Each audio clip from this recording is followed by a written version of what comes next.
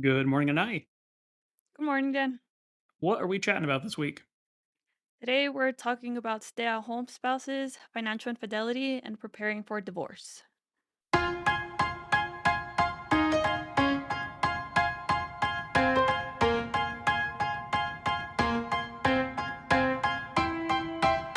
Welcome to the Science of Wealth, where we discuss the science behind financial planning and the art of learning and applying it.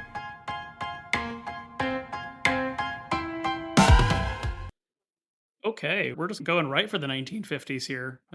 Gosh, what I guess maybe what inspires our set of topics this week?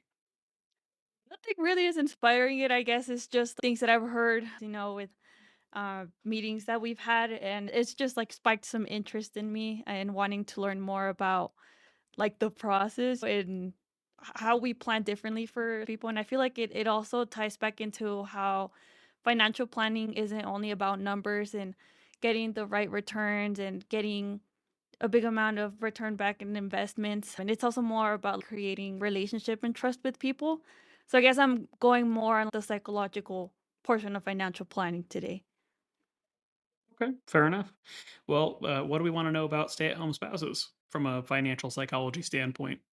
Yeah, I think as everybody knows, staying at home, whether as a parent or just staying at home, managing the home itself, or whether that was a decision taken to stay at home with kids, that in itself is a full time job. It's something that you have to be doing 24/7. And it's not just like a 9 to 5. You don't clock in and out of being at home and managing everything. I'm just interested to know more about what type of planning considerations we take for couples who one person has a regular 9 to 5 or has their own business, and then the other person stays at home and takes care of the rest of the things. Yeah, it's an interesting dynamic because from a de facto standpoint, our society really has changed over the last 60 to 80 years from a world in which you did have a breadwinner spouse and a stay-at-home spouse is a very common dynamic now to most households having two working partners. And often you see that the decision for one of them not to work typically comes as one result of one of two things. Either the other spouse has a very strong income at such that the ratio of income earned by not working versus working is almost missable, right? If somebody's making 400,000, the other one is making 15,000 and they kind of go, is it even worth doing? The other dynamic that you see is just children, right? Childcare in particular for the first 5 years is so expensive that typically for a lot of households, once you hit more than one child who's in that under five age, right, two children, three children, for a lot of people, the break even calculus on continuing to work versus staying at home to raise the kids changes so substantially that at that point, a lot of households just make the decision hey, until the kids are at least in K through 12 and suddenly we have school instead of daycare, we'll just go ahead and do that. And that makes a lot of sense in the year by year financial picture, but can obviously have some longer lasting financial impacts. People tend to do is look at like the break even point between, like, for example, for people who have families, like when they have to pay for childcare and stuff like that, is it like a thing to look at how much more expensive it is going to be to have childcare rather than just keeping one of the parents at home? I think the baseline thing that comes up in that particular situation or circumstance is okay, if I'm making, let's say, $50,000 a year and childcare is going to be $21,000 per child.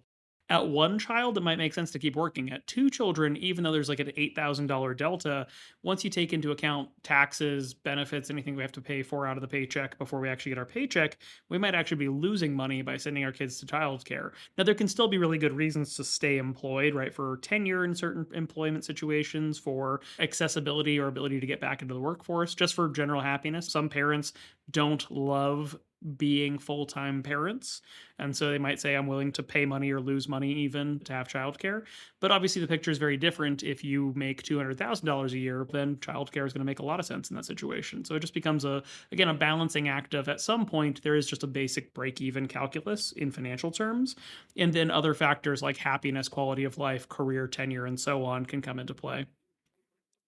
Also heard a lot about how women tend to think about having kids when they're in the of their career because it's a lot harder for them to come back into the job that they used to do or a new job that they're going to do after they have their kids and they go to school and they have some time to free.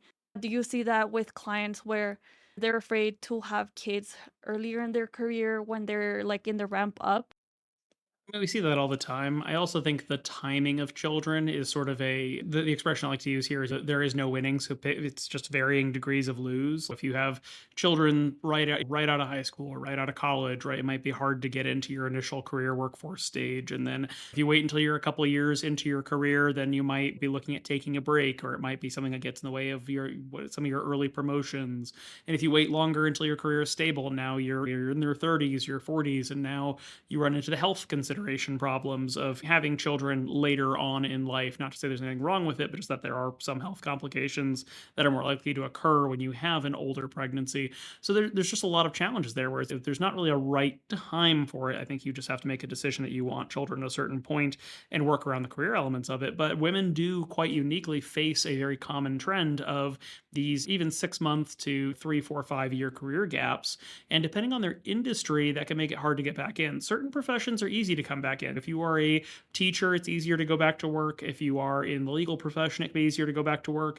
But like in particularly software and technology occupations, it can be really challenging to get back into the workforce just because there's such an emphasis on cutting edge, latest and greatest knowledge, and technology changes so quickly. So I think it's something where there's no universal rule of you should just have kids at a certain point. I think you have to understand your career field, your industry, your profession, and what the norms are and what the trade offs are. One of the things that also happens here is there's obviously women uniquely bear the burden of pregnancy, of literally giving birth to children.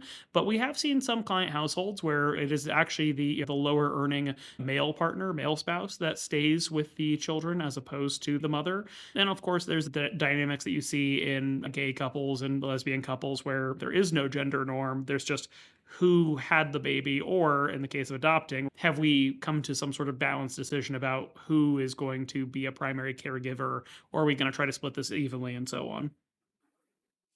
I feel like it could also become very a touchy subject for the spouse who stays at home to try to stay involved in finances since they are like quote unquote not making any contributions to the financial aspect of their lives. What do you think is an effective way for those couples to, for one of the partners, the spouse who is staying at home, to be aware of everything that's happening and staying in communication of the finances and certain decisions that are being made? I think there's maybe two different sub subjects here, which is going to be there's the question of who's earning money and how we think about mine versus yours in a relationship dynamic. I think it's very important, particularly for married couples, to recognize that legally speaking, there is no my income and your income. There is our income, and the law is very much built around this recognition that when a household has an income, it is earned by both partners, even if only one of them is going to the office. So keeping in mind that even though couples might think about it as this is my paycheck and you have your paycheck, but from a tax standpoint, from a legal standpoint, it's all our paycheck. It's all our income. So I think that's one component that helps is just to recognize that even though you might keep separate checking accounts, that you might have separate spending and think about your income as more or less yours and theirs, it is yours as a team. So if one of the partners is staying at home, part of what makes it possible for the other partner to continue to make their great income, relatively speaking, is the fact that the other partner is staying at home. And if they weren't staying at home, that may not be possible. So that's just one component. I think then, as far as your part of your question about staying engaged, we want to really think about the importance of being involved in financial decision making and communicating clearly about finances. How much are we bringing in? How much are we saving? What are we doing to contribute to our greater financial good? When it turns into a dynamic where the earner is also the person who has all the say in the finances, that can create a really imbalanced financial dichotomy and lead to some resentment or issues, right? The number one cause of divorce is essentially a money problem.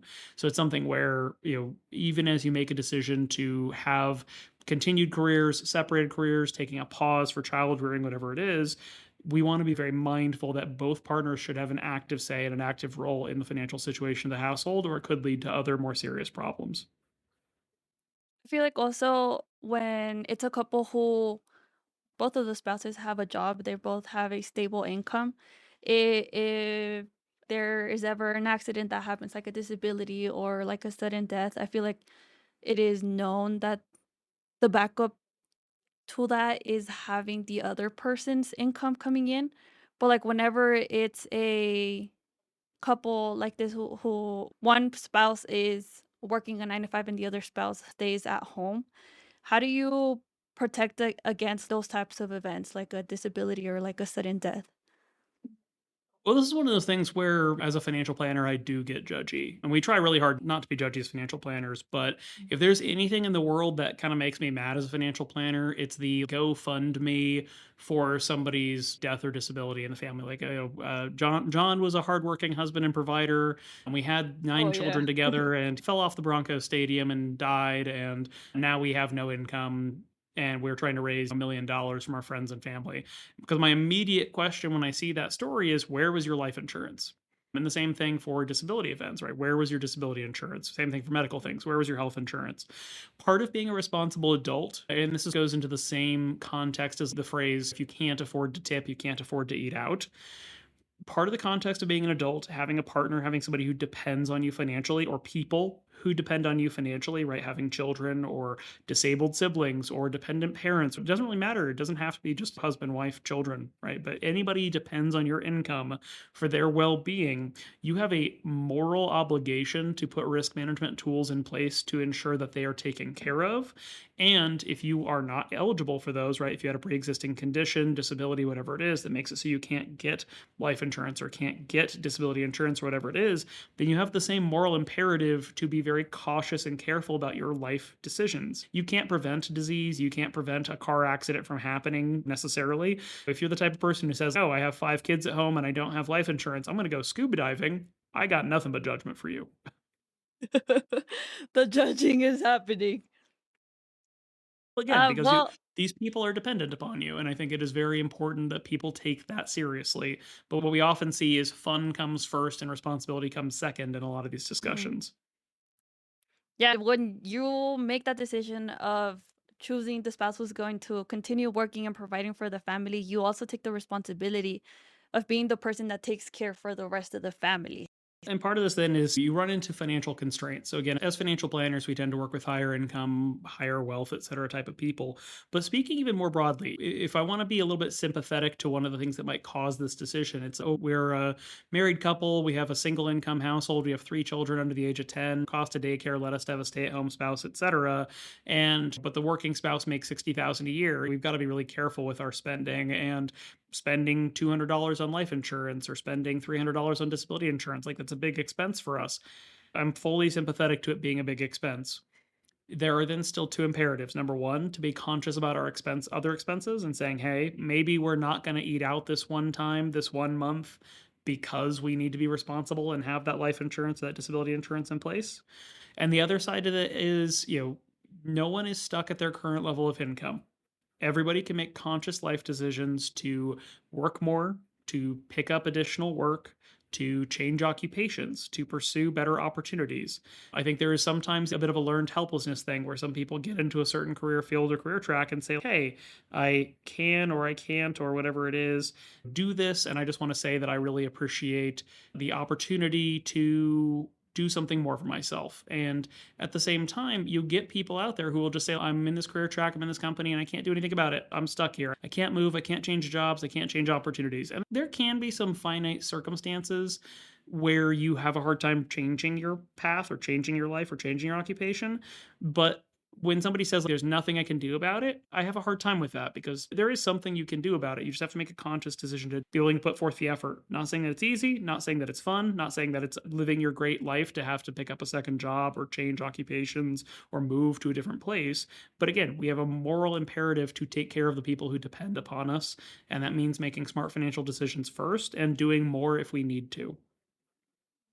That directly takes me into my next topic about financial infidelity. So, this occurs when one of the partner hides certain financial information from one another. It can include secret spending. One of the partner overspends in a certain aspect that they really enjoy doing and they just don't tell the other spouse, for example, like shopping, or like another example could be like gambling and going to casinos and overspending there and not telling the other spouse about that. Or, for example, hidden debt or debt that wasn't discussed in the time of the relationship. And then I think it's really scary going into a marriage and then You go into a marriage not knowing certain things, for example, like the loans. Imagine going into a marriage with somebody you know, only to find out afterwards that they have a huge debt behind them. Yeah, that's something. There's a whole range of issues there. I think there's the pre partnership or pre marriage, and then there is the post. When we think about the pre marriage thing, this is a big topic in a lot of communities. But for example, one of the things you see in many religious communities is that you have to go through premarital counseling. And I think there's a lot of value in that for a number of reasons. Now, obviously, that sort of thing is very focused on theological considerations, right? Living in incongruence with your faith and your belief and so on. But often, a lot of those types of premarital counseling things will also include financial counseling, will involve a discussion of income, of debt, of those things.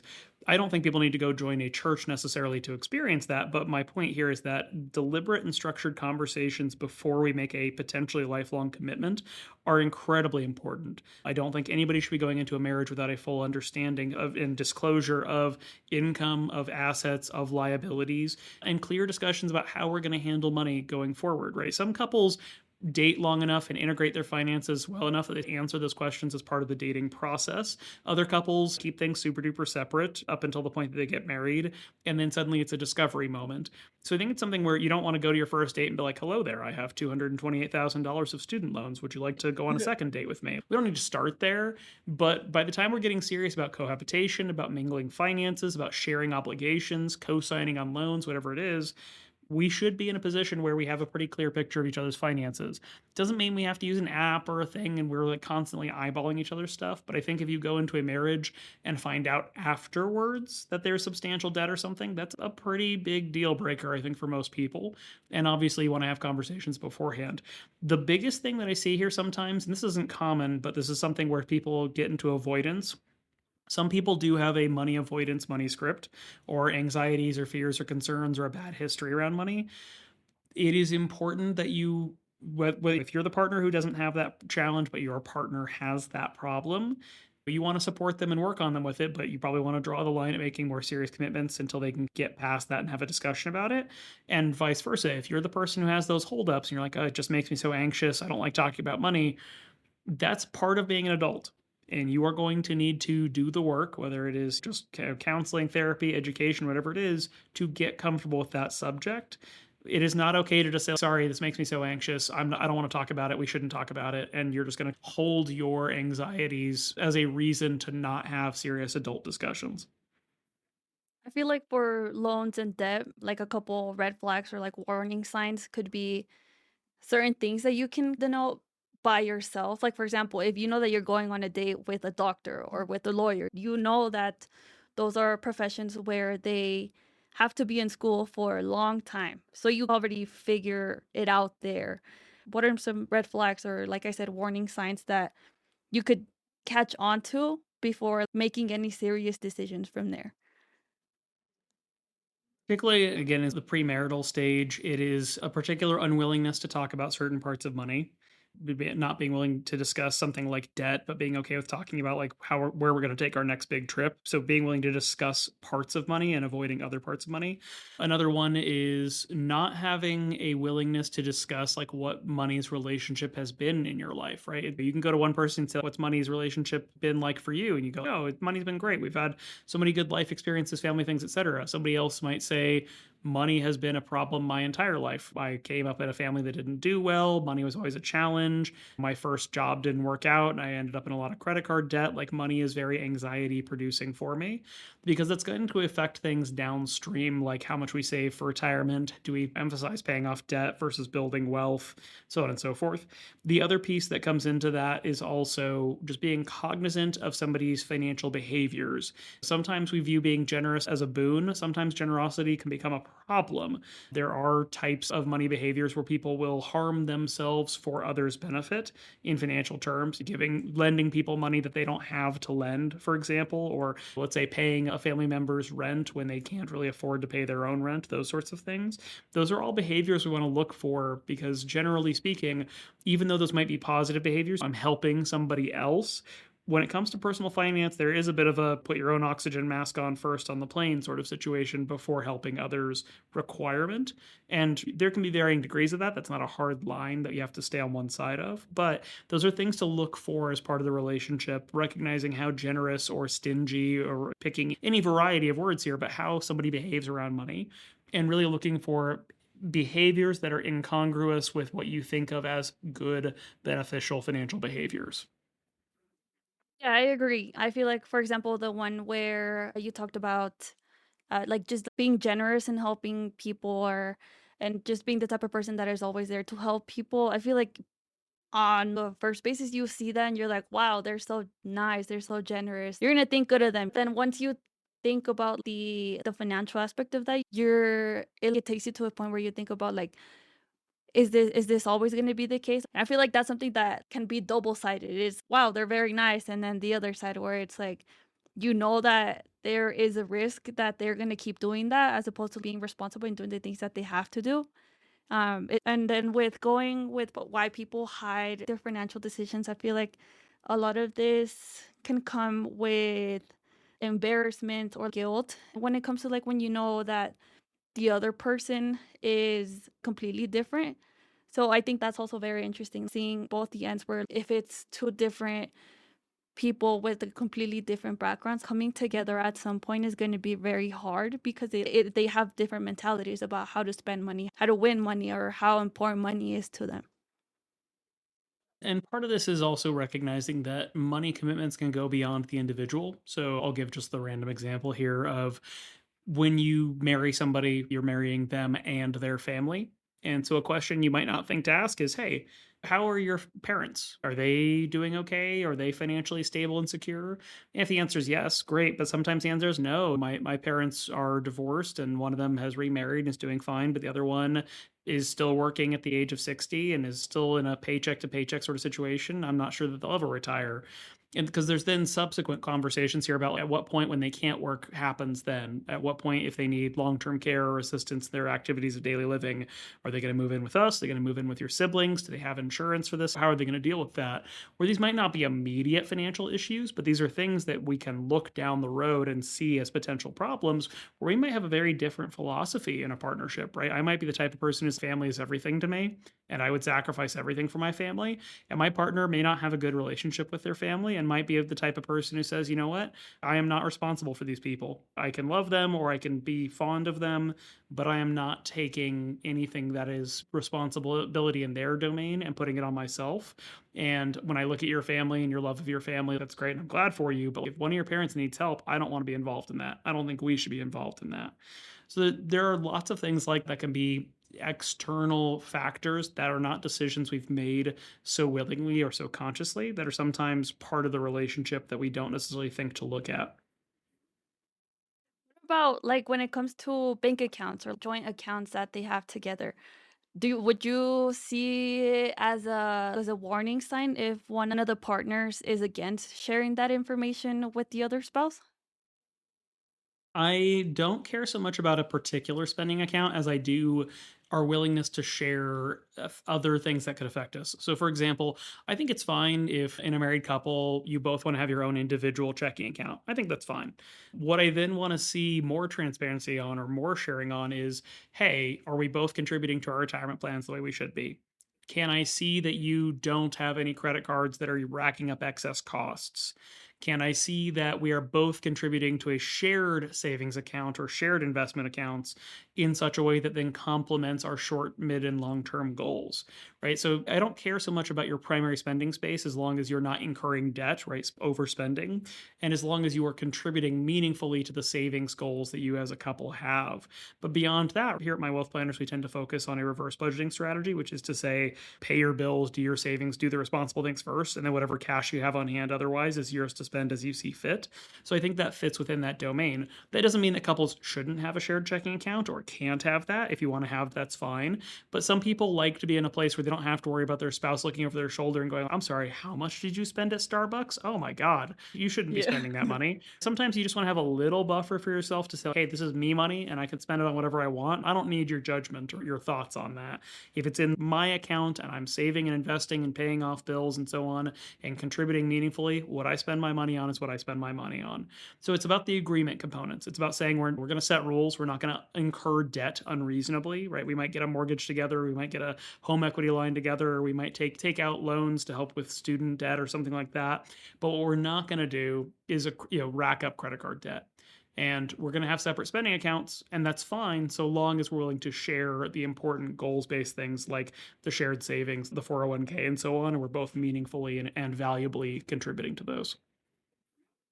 Yeah, that makes sense, and it also gives, like you said, the freedom of doing whatever you want. The person who is earning their own income, um, they get to choose whatever they want to do with that income. They ultimately have to tell the partner what it is that they want to do in the long run, like the goals that they want to do and commit together. But it gives them a little buffer of them also enjoying their own money. And then, so the next topic is preparing for divorce, getting more into the dork side.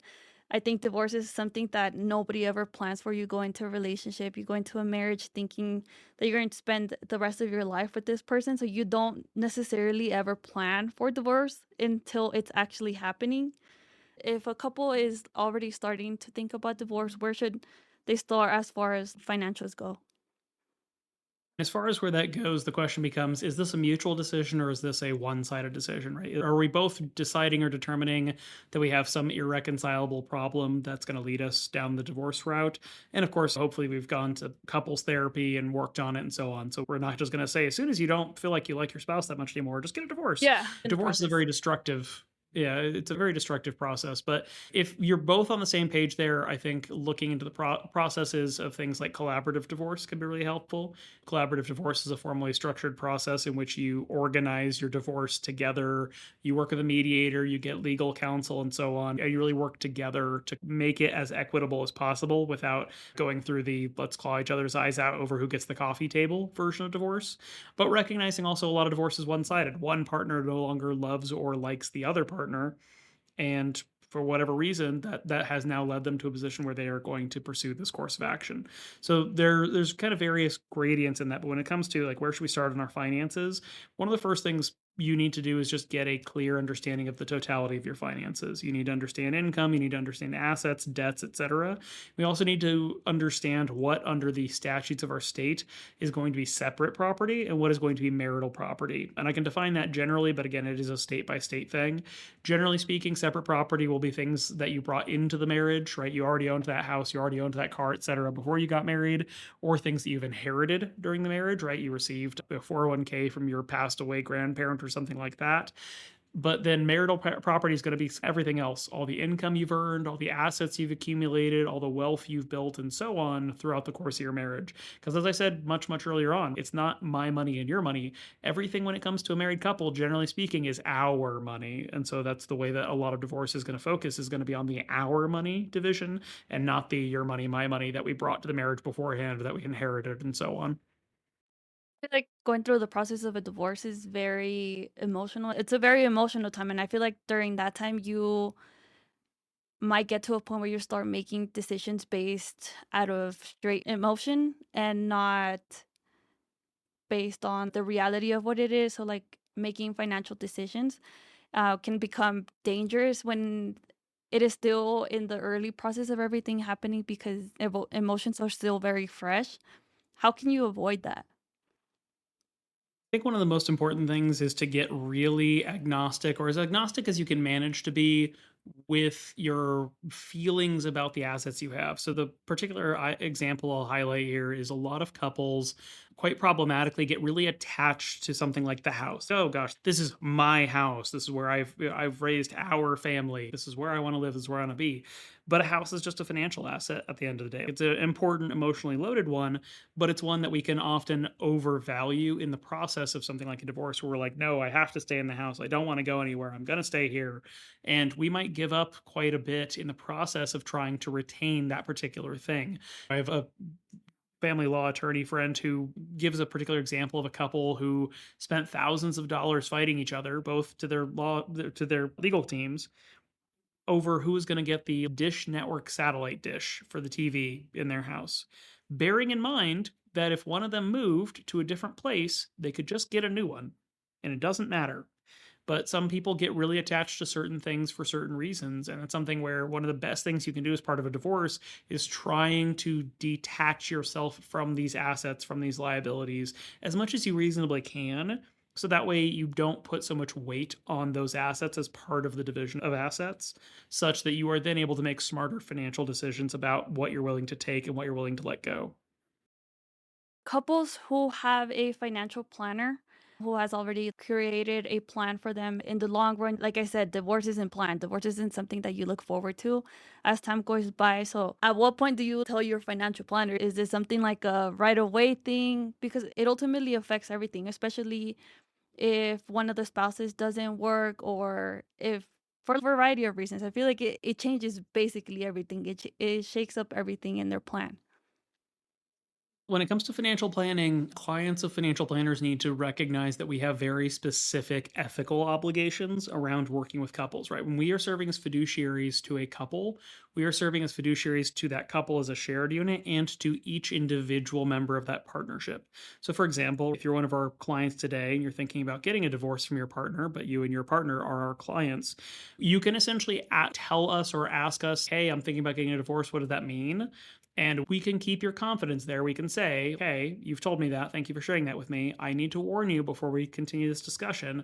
I have a fiduciary obligation to you and to your partner, which means if we want to take this conversation any further than you bringing this up to me right now, I have an obligation to be transparent with them, honest, and act with a duty of loyalty and a duty of care for both your well being and their well being.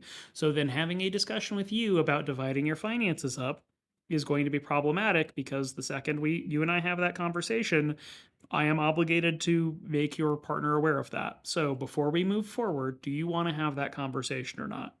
So all that to say, for somebody who's in a marriage today who has an existing financial planning relationship, they should be not, it's not that you can't tell us, it's that you need to be aware that once you start down this road, the cat's going to be out of the bag.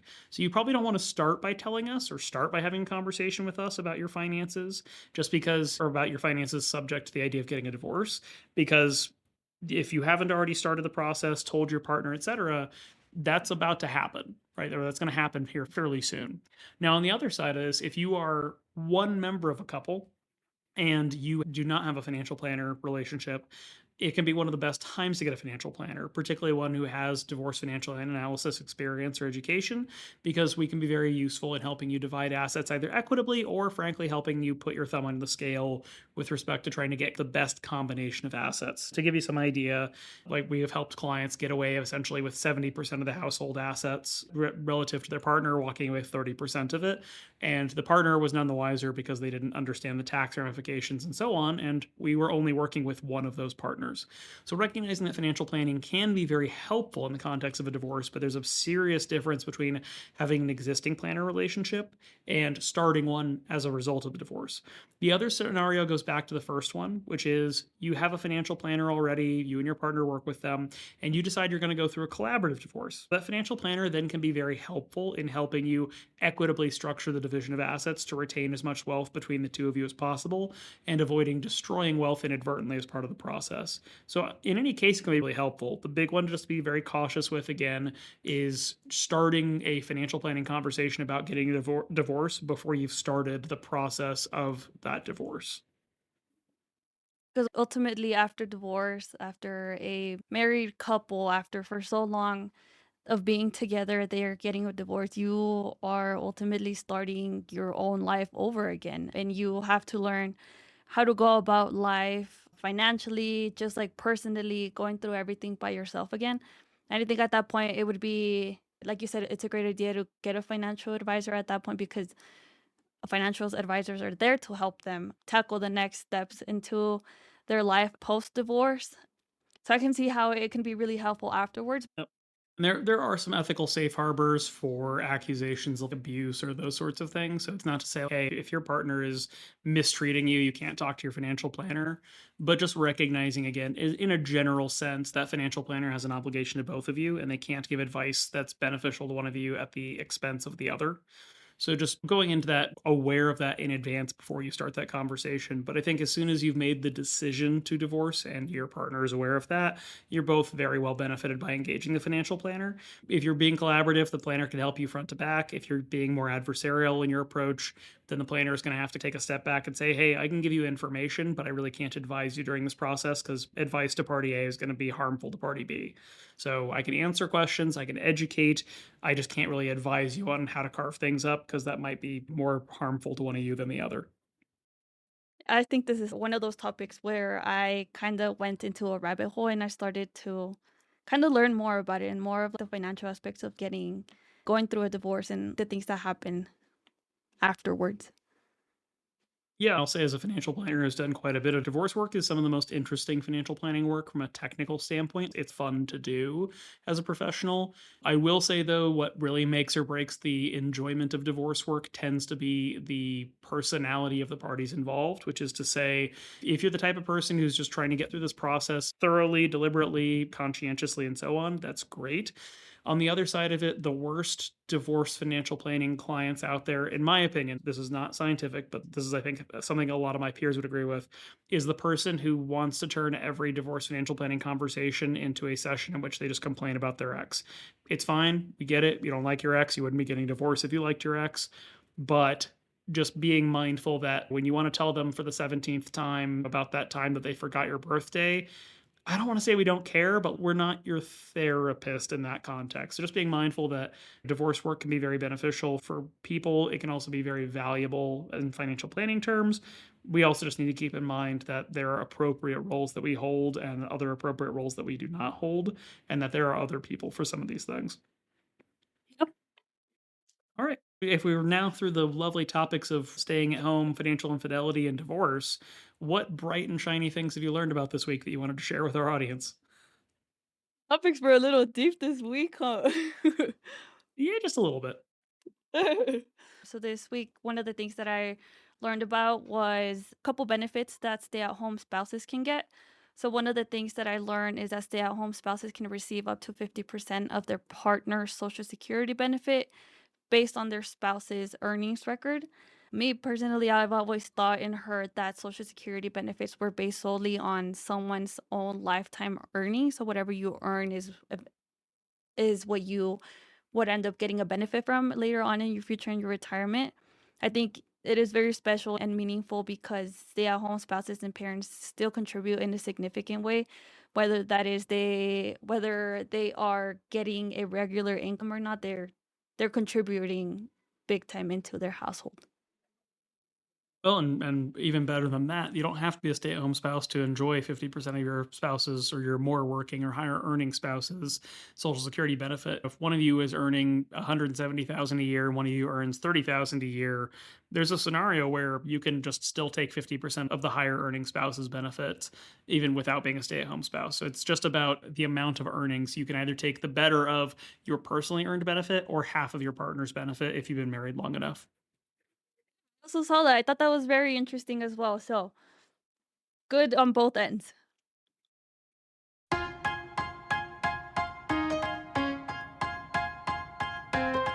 The Science of Wealth is produced by My Wealth Planners, a registered investment advisor in Colorado. The theme song is This Is Your Time by Dan Phillips. The podcast is intended for educational purposes only and is not investment advice or any other form of advice. Not all material discussed on the podcast is appropriate for every individual in every circumstance, so you should consult with a certified financial planner, tax professional, or legal professional as appropriate before attempting to apply any of the subjects, strategies, or tactics discussed on the podcast.